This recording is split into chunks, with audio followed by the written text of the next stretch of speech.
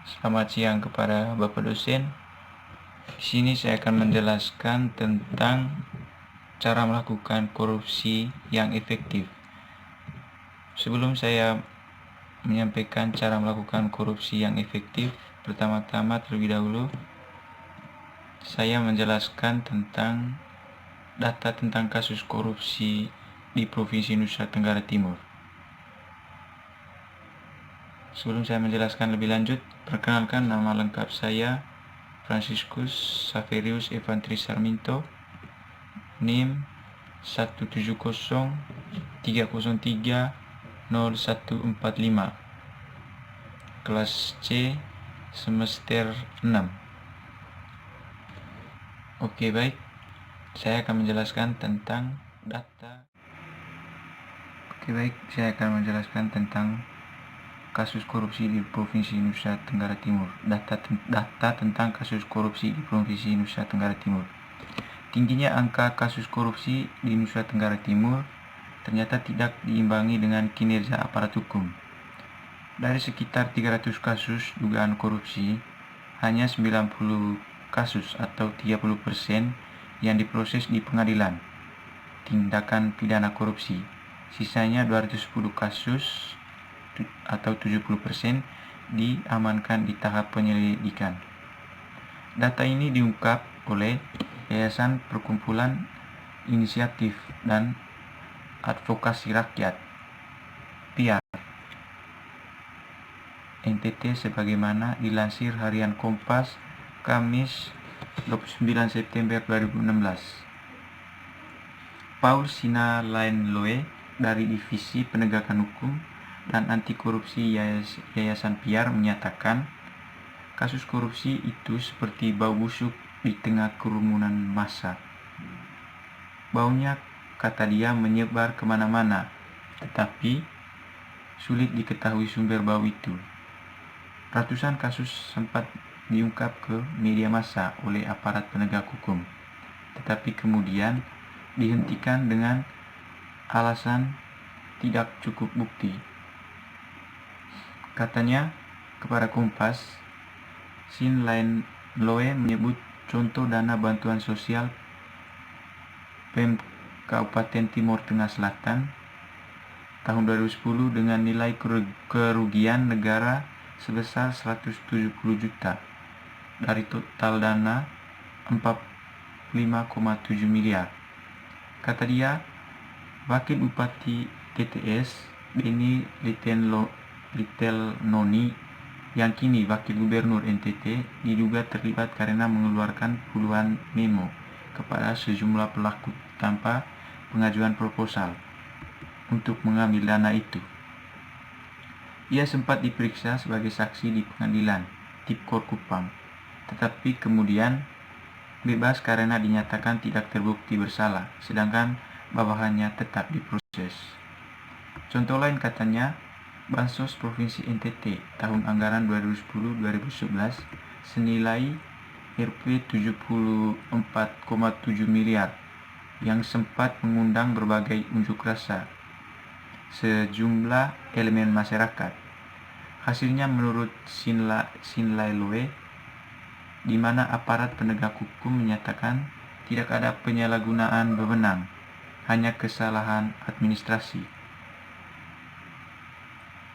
Taman Lakun, Koordinator Investigasi Indonesia Korupsi Watch, seperti ditulis Kompas, menyebutkan bahwa NTT menempati peringkat keempat dalam kasus korupsi setelah Jawa Timur, Sumatera Utara, dan Jawa Barat. Tahun 2015 tercatat 30 kasus korupsi dengan nilai kerugian negara sebesar 26,9 miliar.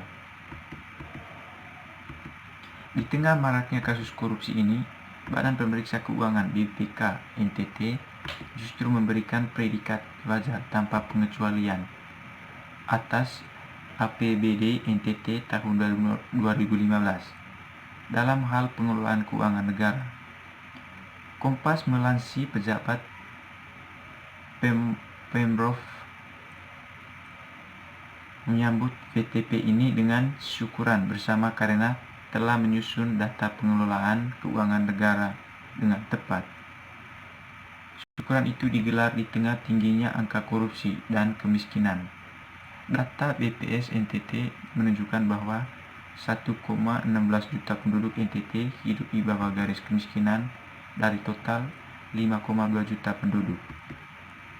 Dari data korupsi yang paling didominasi di NTT adalah kasus korupsi dana desa dengan total nilai kerugian mencapai 5 miliar lebih. Dari 33 kasus korupsi yang disidangkan di pengadilan Tipkor Kupang, 19 kasus diantaranya menyangkut dana desa. Hal ini terlihat dari data pada sistem informasi penelusuran perkara Pengadilan Negeri Kelas 1A Kupang yang diperoleh FN Minggu tanggal 23 bulan 3. Sesuai data tersebut, 19 kasus korupsi dana desa itu merugikan negara sebesar 5,62 juta. Jumlah kasus dan nilai kerugian negara dalam kasus korupsi dana desa mengalahkan kasus-kasus korupsi yang terjadi di lingkup OPD Kabupaten Kota, yakni 14 kasus dengan nilai kerugian Rp 3,83 juta. Walau jumlah kasus terbanyak ada di dana desa, secara per kasus, kerugian negara terbesar terjadi pada kasus korupsi dana pembangunan tambak garam di Sabu Barat, Kabupaten Sabu Rajua, dengan kerugian negara mencapai Rp 1,328 juta. Disusul kasus korupsi dana desa di Laimate, Kabupaten Sumba Timur, dengan total kerugian negara mencapai 1,20 juta. Sementara itu, 2 kasus dengan data kerugian negara terkecil secara berturut-turut ada pada kasus korupsi di Dinas Energi dan Sumber Daya Mineral Kabupaten Manggarai Barat dengan nilai kerugian sebesar 51,330 juta, dan dana desa Atabulapang Kabupaten Lembata dengan kerugian negara 53.320. Panitera Muda Tindak Pidana Korupsi atau Panmut Tipikor Pengadilan Negeri Kelas 1A Kupang, Daniel Siki kepada TN menjelaskan jumlah berkas kasus korupsi yang diterima Pengadilan Tipikor Kupang selama tahun 2018 sebanyak 53 berkas, dan kasus korupsi terbanyak adalah dana desa.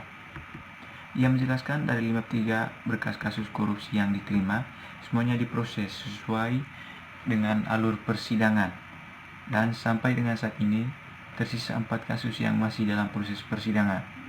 Sedangkan 49 berkas perkara korupsi lainnya sudah diputus dan sebagian besar sudah berkekuatan hukum tetap. Semuanya sudah berkekuatan hukum tetap karena para terdakwa tidak mengajukan banding atas putusan hakim tingkat pertama, kecuali kasus tambak garam di Sabu Barat yang saat ini di dalam proses kasasi, karena 2 terdakwa kasus ini mengajukan banding dan lanjut ke kasasi, jelasnya.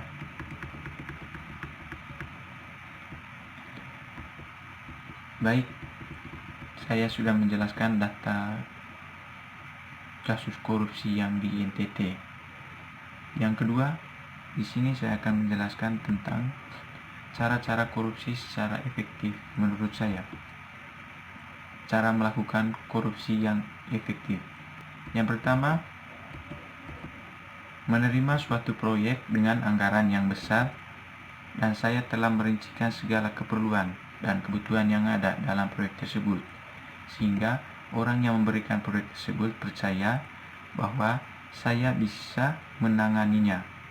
Namun, dalam melaksanakan proyek tersebut, saya tidak melakukan sesuai dengan perincian yang telah saya lakukan, sehingga saya mendapat keuntungan yang tidak banyak dari proyek tersebut. Yang kedua, Saya dipercaya untuk memberikan bantuan kepada masyarakat.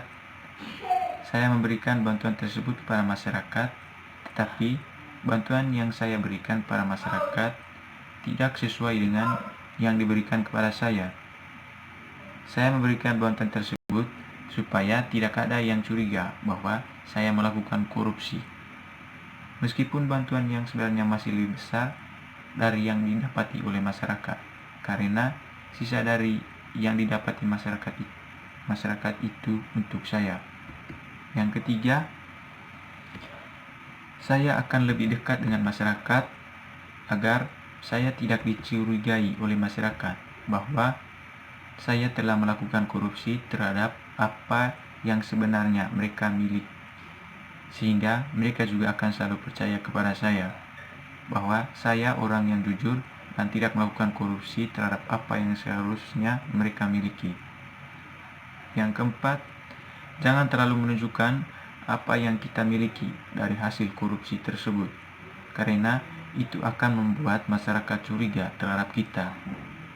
Saya akan menyesuaikan diri dengan kehidupan yang di sekitar saya agar tidak ada yang mencurigai bahwa saya korupsi.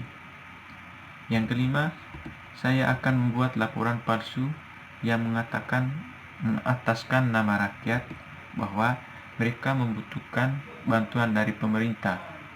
Contohnya, masyarakat membutuhkan jalan yang baik agar mereka bisa melakukan aktivitas yang baik. Dengan begitu, pemerintah memberikan suatu proyek kepada kita. Dengan senang hati, saya menerima proyek tersebut. Sebelum proyek diberikan, saya telah siapkan laporan palsu untuk proyek tersebut, sehingga saya bisa mengelola uang proyek itu untuk saya. Setelah waktu yang ditentukan telah habis, saya akan menyerahkan laporan palsu kepada pemerintah, sehingga saya tidak dicurigai oleh pemerintah. Keenam, dalam melakukan korupsi, tidak mungkin saya tidak melibatkan orang lain. Oleh karena itu, saya membagi hasil korupsi saya dengan orang yang mengetahui tindakan korupsi saya sebagai tanda untuk tutup mulut, agar saya tetap aman dan tetap melakukan tindakan korupsi. Karena jika orang yang mengetahui tindakan kita tidak mendapatkan bagiannya, maka orang tersebut akan melaporkan saya kepada yang berwajib.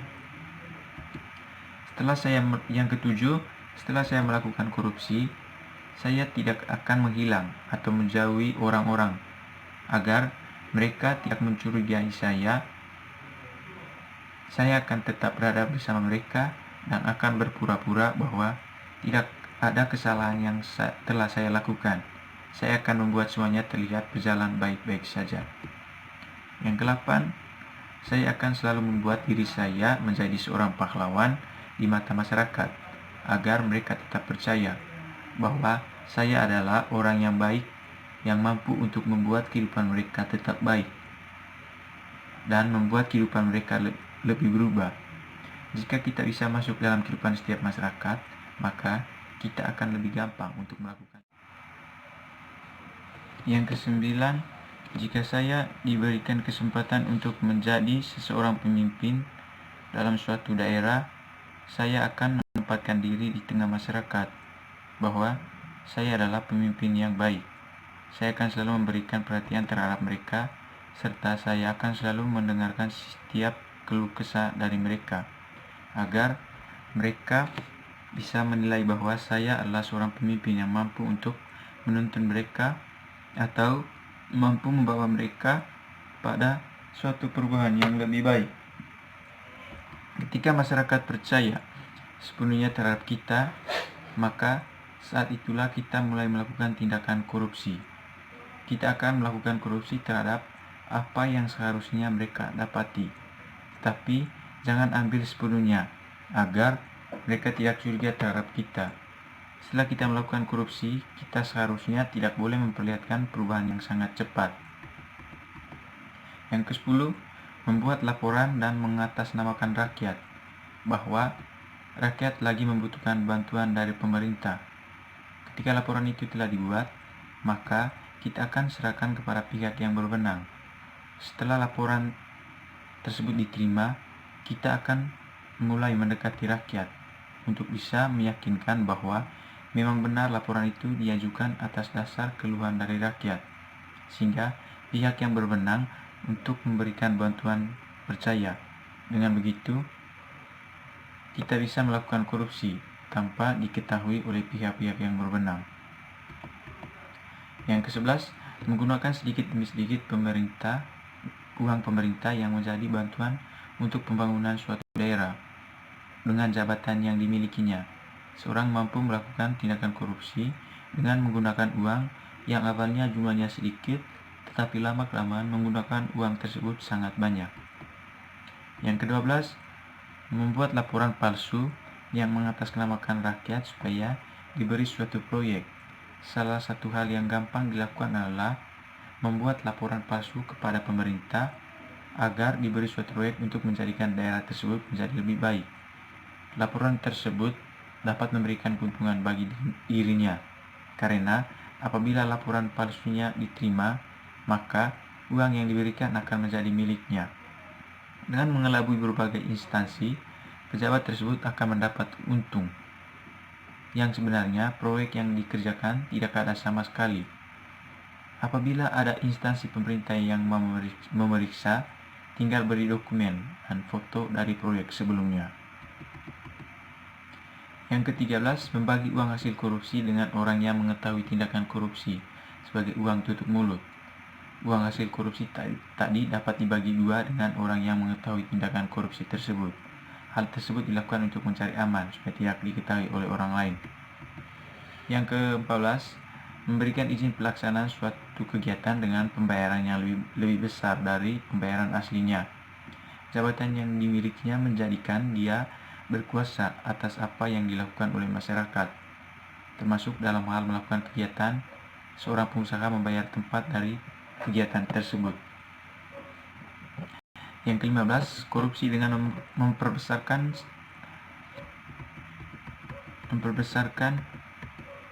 suatu masalah yang kecil diperbesarkan supaya mendapatkan denda dari instansi lain, padahal kerugian yang dialami sangat kecil bahkan tidak ada. Berbagai hal dilakukan seperti memainkan berbagai pasal dengan rapi supaya mendapat uang yang menjadi denda dari masalah tersebut. Ke-16, korupsi dengan mendapatkan UPT. Seorang pejabat bisa mendapatkan setoran dari jabatan yang dia miliki. Setiap setoran baik harian, mingguan, bulanan, bahkan tahunan bisa didapatinya dari kekuasaan yang dimilikinya. Orang yang tidak menyetor hasil usahanya akan diberi denda. Korupsi dengan modus honor sebagai pejabat di tempat lain. Pejabat dijadikan komisaris atau pengawas di berbagai perusahaan. Jadi pembagian honor, bonus tetap ada dan malahan bertambah puluhan juta tiap bulan. Yang ke-18, korupsi dengan modus komisi. Pejabat menerima setoran komisi yang jumlah lumayan sesuai dengan kesepakatan dari proyek yang dikerjakan oleh pengusaha. Korupsi ini paling sering dilakukan oleh para pejabat. Yang ke-19, korupsi dari uang muka yang diberikan oleh pengusaha yang akan mengajukan proyeknya. Yang ke-20, korupsi dengan jual SK, perizinan serta berkas penting lainnya. Pejabat melakukan tindakan tersebut karena mengetahui bahwa kedudukannya paling dihargai dan dihormati oleh masyarakat. Oleh karena itu, dia menjual setiap berkas penting seperti yang telah disebutkan di atas, sampai puluhan dan bahkan miliaran rupiah. Yang kedua, dari hasil korupsi yang dia dapati bisa digunakan sebagai berikut. Yang pertama, saya akan membelikan sebuah tanah dan akan saya bangunkan sebuah rumah untuk keluarga saya. Dan dalam hal ini saya akan melakukannya dengan teliti, karena saya tahu bahwa saat tindakan korupsi yang saya lakukan diketahui oleh pihak yang berwajib, maka apa yang saya dapatkan akan ditarik kembali oleh pihak yang berwajib. Oleh karena itu, saya membelikan sebuah tanah dan membuat sebuah rumah. Itu semua tidak mengataskan nama saya, supaya pada saat tindakan saya diketahui oleh pihak yang berwajib, itu tidak akan diambil, karena mereka tidak tahu itu adalah milik saya. Yang kedua, saya akan membuka sebuah usaha untuk mengantisipasi apa yang terjadi setelah saya melakukan tindakan korupsi. Usaha yang saya buka ini akan membuat hidup saya tetap dalam keadaan yang baik setelah semua yang lakukan diketahui oleh pihak yang berwajib. Semuanya tetap bukan mengataskan nama saya agar pihak yang berwajib tidak mengambil alih atas usaha tersebut, sehingga semuanya tetap aman dan semua hasil korupsi saya tidak sia-sia. Yang ketiga, saya akan menggunakan hasil korupsi saya untuk membuat kehidupan keluarga saya lebih baik, mulai dari orang tua serta saudara. Saya tidak akan terlalu menunjukkan perubahan yang terjadi terhadap keluargaku, agar semuanya tetap aman, serta supaya tidak dicurigai oleh orang-orang yang ada di sekitar mereka. Saya akan memberikan mereka modal agar mereka bisa membuka usaha atau keperluan mereka yang lain, serta saya akan memberitahu mereka supaya mereka tidak memberitahu kepada orang lain bahwa saya yang memberikan mereka modal untuk membuka usaha serta untuk memenuhi kebutuhan lainnya, agar apa yang mereka usahakan itu bertahan lama dan tidak akan ada yang curiga bahwa itu semua adalah hasil dari korupsi yang telah saya lakukan. Yang kelima, saya akan berkunjung ke tempat asuhan untuk memberikan bantuan kepada mereka, agar orang-orang berpikir bahwa saya adalah orang yang baik, walaupun sumbangan yang saya berikan itu bukanlah hasil kerja yang baik. Tetapi dengan hal itu, nama saya akan tetap menjadi orang baik di mata mereka, sehingga banyak orang yang tidak akan curiga terhadap saya, karena melihat apa yang saya lakukan. Dengan melakukan hal ini juga saya akan semakin dipercaya oleh orang-orang bahwa saya orang yang baik dan tidak mungkin untuk melakukan tindakan korupsi. Yang keenam, saya akan lebih mendekatkan diri kepada masyarakat. Saya akan berkunjung ke desa-desa serta membawakan oleh-oleh kepada masyarakat agar mereka lebih percaya bahwa kita memang benar-benar peduli akan kehidupan mereka, serta saya akan berbincang-bincang dengan mereka mengenai pembangunan yang akan saya lakukan di desa mereka, sehingga mereka semakin percaya bahwa saya adalah orang benar-benar peduli akan kehidupan mereka. Saya akan terus membuat mereka semakin percaya kepada saya, sehingga saya nantinya dengan mudah membuatkan sebuah laporan bahwa desa tersebut sangat membutuhkan bantuan dari pemerintah, dan dengan mudah juga saya akan melakukan tindakan korupsi. Setelah saya menjelaskan cara melakukan korupsi yang efektif dan dari hasil melakukan korupsi yang efektif,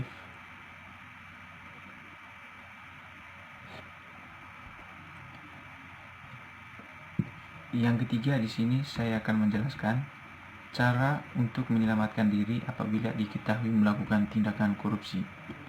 Yang pertama, saya akan memasukkan setiap dokumen untuk mendukung pembelaan bahwa saya tidak melakukan korupsi, serta saya akan berusaha untuk menghilangkan segala bukti yang mengatakan saya memang melakukan tindakan korupsi. Saya akan mendekati kembali orang-orang yang terlibat dalam melakukan korupsi bersama saya. Saya akan member mereka suap yang lebih besar agar mereka mau membantu saya, supaya mereka tetap menutup mulut mereka saat pihak yang berwenang bertanya tentang saya kepada mereka. Yang kedua, saya akan lebih menyangkal setiap kali mereka menuduh saya melakukan tindakan korupsi. Apapun yang mereka katakan kepada saya akan tetap berusaha menunjukkan bahwa saya memang tidak melakukan korupsi, serta saya akan menyulur waktu agar saya dapat menghapus segala bukti yang menyatakan saya memang benar melakukan korupsi. Yang ketiga, saya akan membayar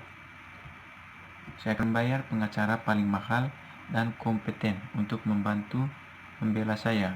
Pengacara harus mampu menjelaskan bahwa saya memang bukanlah orang yang melakukan korupsi dengan cara apapun. Pengacara itu harus mampu karena saya telah membayar mahal. Yang keempat, saya akan berpura-pura untuk menjadi orang yang lebih dekat dengan Tuhan agar mereka bisa percaya bahwa saya tidak mungkin untuk melakukan korupsi, sehingga mereka mulai imbang dan bakti saya semakin panjang untuk bisa merencanakan segala sesuatu yang berkaitan dengan membuktikan bahwa saya tidak melakukan korupsi. Yang kelima, saya akan selalu menghindari setiap pertanyaan yang mereka ajukan yang berkaitan dengan tindakan korupsi yang saya lakukan.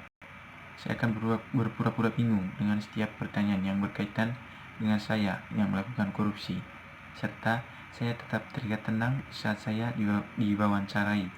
Saya akan selalu memperlihatkan ekspresi saya yang membuat orang tidak percaya bahwa saya melakukan suatu tindakan korupsi.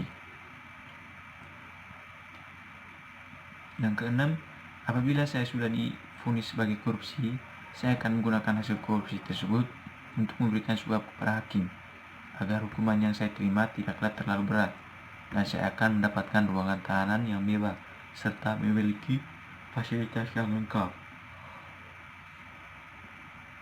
Dan setelah saya dibuktikan benar melakukan tindakan korupsi, segala tabungan serta fasilitas lainnya yang mengataskan nama saya semuanya ditarik oleh yang berwajib.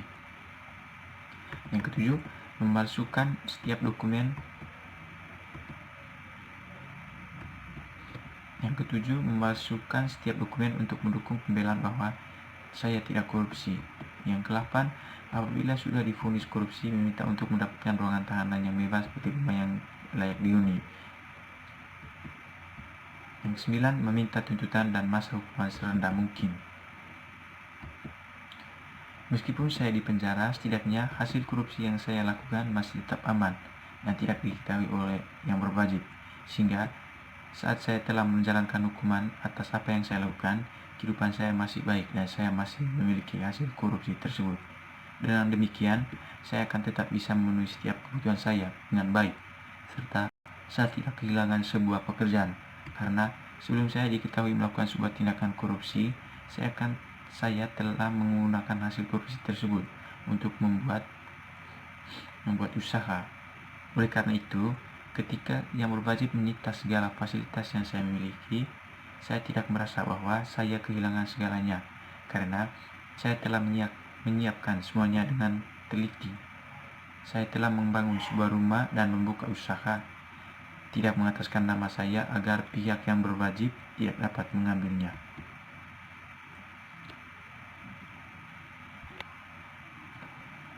Demikianlah video saya mengenai cara melakukan korupsi yang efektif dan data tentang korupsi di NTT. Terima kasih.